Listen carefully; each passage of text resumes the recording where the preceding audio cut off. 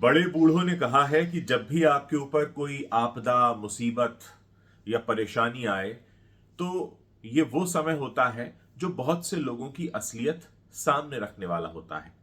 मणिपुर में दोस्तों जो भी हुआ, उसको लेकर कई सारे लोगों की असलियत सामने आ गई। यहां इस वीडियो में मैं बात कर रहा हूं कंगना रनौत की। कंगना रनौत विमेन एम्पावरमेंट की बात करती हैं और तमाम तरह की ऐसे पक्ष पर अपनी राय विचार खुलकर जाहिर करती रहती हैं। इन दिनों अगर आप उनके इंस्टाग्राम पर जाएं तो आपको करण जौहर दिखाई देंगे या फिर रॉकी और रानी के बारे में उनके जो विचार हैं वो दिखाई देंगे, लेकिन उनको कहीं से भी ये जरूरी नहीं लगता कि वो मणिपुर वाले मामले पर अपनी कोई राय रखें। यानी एक ऐसी अभिनेत्री जो राजनीतिक जीवन में चमकना चाहती है, वो इस समय की सबसे बड़ी घटना पर अपने कोई विचार ही नहीं रख रही है, जबकि वो खुद भी एक महिला है और अक्सर विमेन एम्पावरमेंट की बात करती रहती है।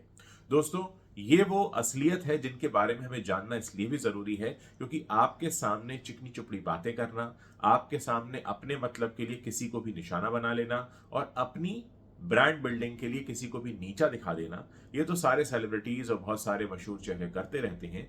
लेकिन उनकी असलियत उसी वक्त सामने आती है जब देश में कोई ऐसी घटना हो और उस पर ये चुप्पी साध लें।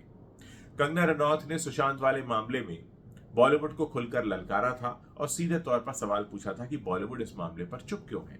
अब बहुत से लोग उन्हीं कंगना से ये पूछ रहे हैं कि आप जो अक्सर विमेन एम्पावरमेंट की बात करती हैं और बार बार बताती हैं कि आप बिल्कुल एक हम्बल बैकग्राउंड से आई हैं और इतनी ऊंचाई तक पहुंची हैं और आपने अपने साथ हुए जो गलत अनुभव है उनके बारे में भी आपने खुलकर बात की है, तो हमारे देश के एक राज्य में इतना खुलकर इतना बड़ा कांड हो जाता है, उस पर आपका बात न करना क्या ये बताता है कि आपका झुकाव पार्टी विशेष के प्रति है?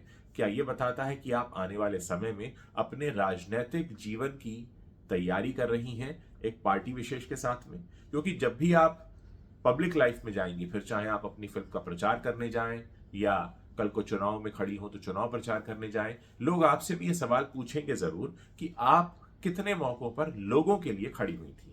क्या आप राजनीति में आना चाहती हैं पार्टी विशेष के लिए या आप राजनीति में आना चाहती हैं आम लोगों के लिए? और आम लोगों के बीच किसी पार्टी का भेद नहीं होता।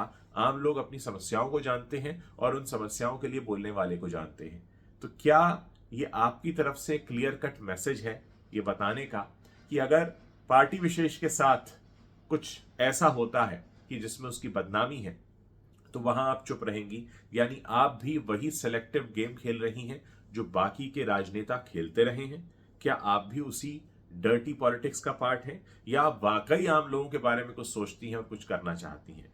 यही वो समय है जब आपको बताने की जरूरत है। खैर, आपने तो पहले ही बता दिया है इस मामले पर चुप रहकर, और आपको लगता है कि मणिपुर से ज्यादा इंपॉर्टेंट करण जौहर है, मणिपुर से ज्यादा इंपॉर्टेंट रॉकी और रानी की प्रेम कहानी है, मणिपुर से ज्यादा इंपॉर्टेंट आपका इस पूरे मामले पर खुद को एक अलग तरह से रखना और साथ ही इस पूरे मामले को नजरअंदाज कर देना है। दोस्तों, ये सारी वो बातें हैं जो आपके सामने खुलकर कोई रखेगा नहीं, लेकिन मैं इसे अपना फर्ज समझता हूं ताकि आपको आईने की तरह वो सच्ची तस्वीर दिखाई और बताई जा सके जो अक्सर आपके सामने होती तो है लेकिन उन पर आपका ध्यान नहीं जाता है।